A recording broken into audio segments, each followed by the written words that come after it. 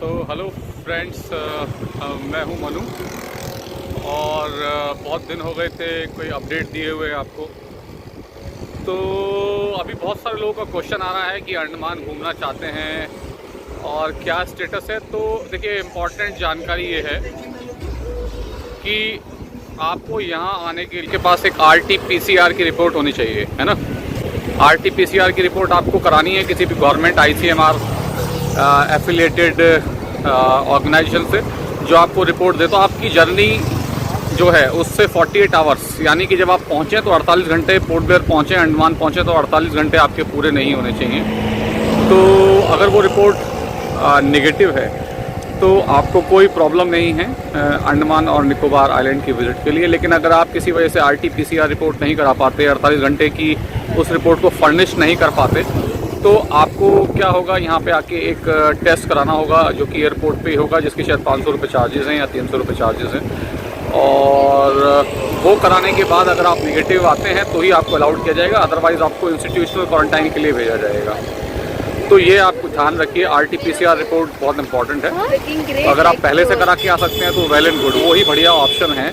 और याद रखिए, आपके 48 घंटे यहाँ आने से पहले पूरे नहीं होने चाहिए, अदरवाइज़ उसकी जो रिपोर्ट की वैधता है वो इनकम्प्लीट मानी जाएगी। और दूसरा ये कि अगर आप आ रहे हैं तो अभी केवल साउथ अंडमान ही घूम पाएंगे, नॉर्थ और मिडिल अंडमान नहीं घूम पाएंगे। और यानी कि जो आपका इलाका है बाराटांग वाला, जहाँ पे जरावा ट्राइब्स हैं, वहाँ नहीं जा पाएंगे। तो ये कुछ प्रॉब्लम है। और जो लोग यहाँ आते हैं उनको बहुत सारा क्वेश्चन है। वो लोग साउथ अंडमान में आने के बाद फिर रॉस आइलैंड तो ठीक है खुला है, जो कि मेरे पीछे है, नेताजी सुभाष चंद्र बोस आइलैंड है। और ये पीछे आप देख सकते हैं, ये सारी बोट्स भी खड़ी हैं, वहाँ जाती हैं सुबह। ये पोर्ट ब्लेयर में के पास में ही है। लेकिन जो लोग हैवलॉक शहीद और स्वराज द्वीप यानी हैवलॉक और नील आइलैंड जाने में इंटरेस्टेड हैं, उन लोगों के लिए थोड़ा सा ये प्रॉब्लम है कि अभी प्राइवेट जो फेरीज़ हैं वो स्टार्ट नहीं हुई हैं। तो आपको गवर्नमेंट फेरीज़ पे डिपेंड करना है। और गवर्नमेंट फेरीज़ की बात ऐसी है कि सबसे पहले गवर्नमेंट एम्प्लॉयज़, वहाँ को रहने वाले जो लोग हैं उनको पहले प्राथमिकता दी जाती है। जो लोग वहाँ पे रहते हैं उनको आना है, क्योंकि गवर्नमेंट फेरीज़ की जो कैपेसिटी है वो भी लिमिटेड है। तो हर एक टूरिस्ट को उसमें नहीं बिठाया जा सकता। पहली प्राथमिकता के तौर पे उसी को दिया जाएगा जो वहाँ का मूल रेजिडेंट है उस आइलैंड का। उसको कोई हेल्थ प्रॉब्लम है तो पहले वो आएगा, कोई गवर्नमेंट ऑफिसर है उसको काम से आना है वो जाएगा। उसके बाद अगर सीट बचती हैं तो आपको दी जाएगी। लेकिन उसके लिए कोई अभी ऐसा ऑनलाइन सिस्टम नहीं है कि आप बैठे बैठे अपने घर से ही उन टिकटों को बुक कर लें।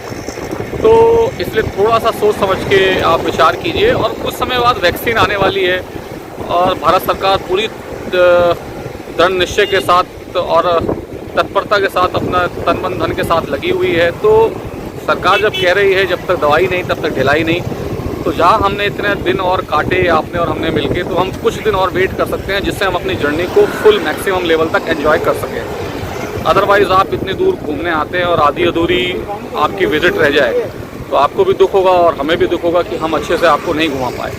ऐसा नहीं है कि आप आ नहीं सकते, आ सकते हैं, लेकिन इतने सारे आप जोखिमों को लेके इतने सारे प्रिकॉशन के साथ आएंगे तो पूरा घूमना बनता है।